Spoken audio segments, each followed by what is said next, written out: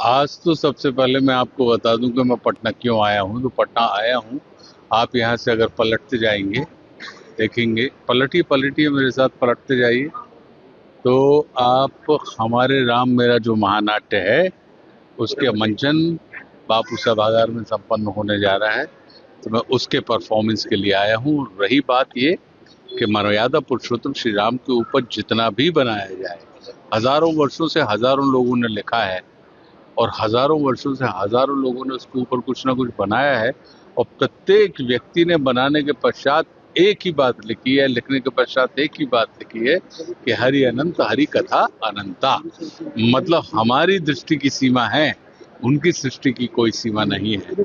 तो हमें अपनी दृष्टि की सीमा को उनकी दृष्टि की सीमा मान के किसी भी चीज को, मुझे लगता है कि आप जब तक उसे देखे नहीं तो बिना देखे उसके ऊपर किसी भी किस्म की चर्चा करना नीतिपूर्ण व्यवहार नहीं है किसी भी कृति के साथ। मुझे तो परम विश्वास है कि जब हमने हमारे नाम का हमारा जो महानाट्य बना, नाटक बना, और वो बहुत अद्भुत, लोगों ने 500 के ऊपर शोज उसके हो चुके हैं और आज हम पटना में यहाँ पे संपन्न करने जा रहे हैं, तो निश्चित रूप से, क्योंकि कथा ही इतनी विलक्षण, इतनी अद्भुत है मर्यादा पुरुषोत्तम श्री राम की, तो वो आपको आनंद देगी।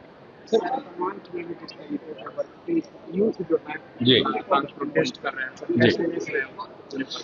देखिए, ये कहीं ना कहीं हमारा ये मानना है कि इसको, जिसे आप प्रोटेस्ट कह रहे हैं, उसे मैं ये मान के चलता हूँ कि वो अपनी इच्छाओं को व्यक्त कर रहे हैं, क्योंकि हमारे ही तो युवा हैं, हमारे संपर्क में आने वाले युवा हैं, और हमारे युवा अगर हमसे ही अपनी कोई बात नहीं कहेंगे कि हमारा भविष्य जो है उसे आप किस तरीके से, आप जिस तरीके से देखते हैं उस तरीके से हम भी कहीं ना कहीं अपने भविष्य को उज्जवल बनाना चाह रहे हैं, तो मैं इसको, आंदोलन और क्रांति में अंतर होता है।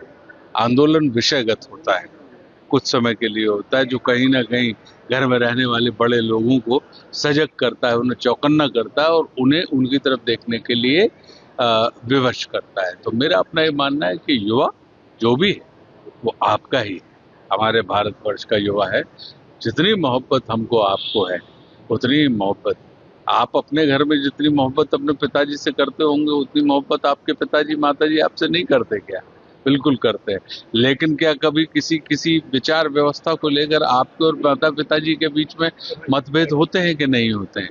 तो क्या हम, माता पिताजी आपको खारिज करने लगेंगे कि ये क्या बात कर रहे हो? तो मेरा अपना ये मानना है कि ये तो एक ऐसी चीज हमारे युवा है, वो हमारा हित, उन्हीं के हाथ में तो आने वाले समय में हमारा राष्ट्र रखा जाना है कंधे के ऊपर।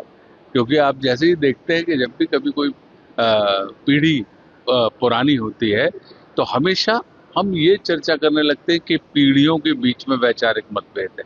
नहीं, वैचारिक मतभेद नहीं होता, ये पीढ़ियों की अपनी अपनी समझ होती है। उस समझ के अंदर सामंजस्य स्थापित करने के लिए जब जो जो थोड़ा बहुत कहीं ना कहीं जो हिलाव होता है, वो मेल के लिए होता है। सर, वर्तमान समय में बॉलीवुड के जो एक्ट्रेस जंतर मंतर पे प्रदर्शन बोल दिया हमने, ये तो बॉलीवुड एक्ट्रेस कंगना रनौत ने जिस तरीके से बयान दिया, कहा जेएनजी को कि बदसूरत और भ्रष्ट है, कैसे देख रहे हैं उनके इस बयान? देखिए, मेरा अपना ये मानना है कि शेर दहाड़ता है, हाथी चिंगाड़ता है, कुत्ता भौंकता है, तो किसी भी जीव की पहचान उसके स्वर से निकलने वाले कंठ से होती है। इसलिए भाषा का बड़ा महत्व होता है। भाषा के मामले में हमारे यहाँ पे ये अक्सर कहा जाता है कि बातन हाथी पात है और बातन हाथी लात। आप बातों से ही हाथी की सवारी का आपको सम्मान मिलता है, और बातों के कारण ही, आपके द्वारा बोले गए शब्दों के कारण ही आपको उसके पैर के नीचे डाले जाने वाला दंड मिलता है। हमारे शब्द ही हमारे सम्मान के प्रतीक होते हैं और हमारे शब्द ही हमारे अपमान के कारक होते हैं। तो निश्चित रूप से भाषा के ऊपर तो हमें निश्चित रूप से ध्यान रखना चाहिए किसी भी हिसाब से।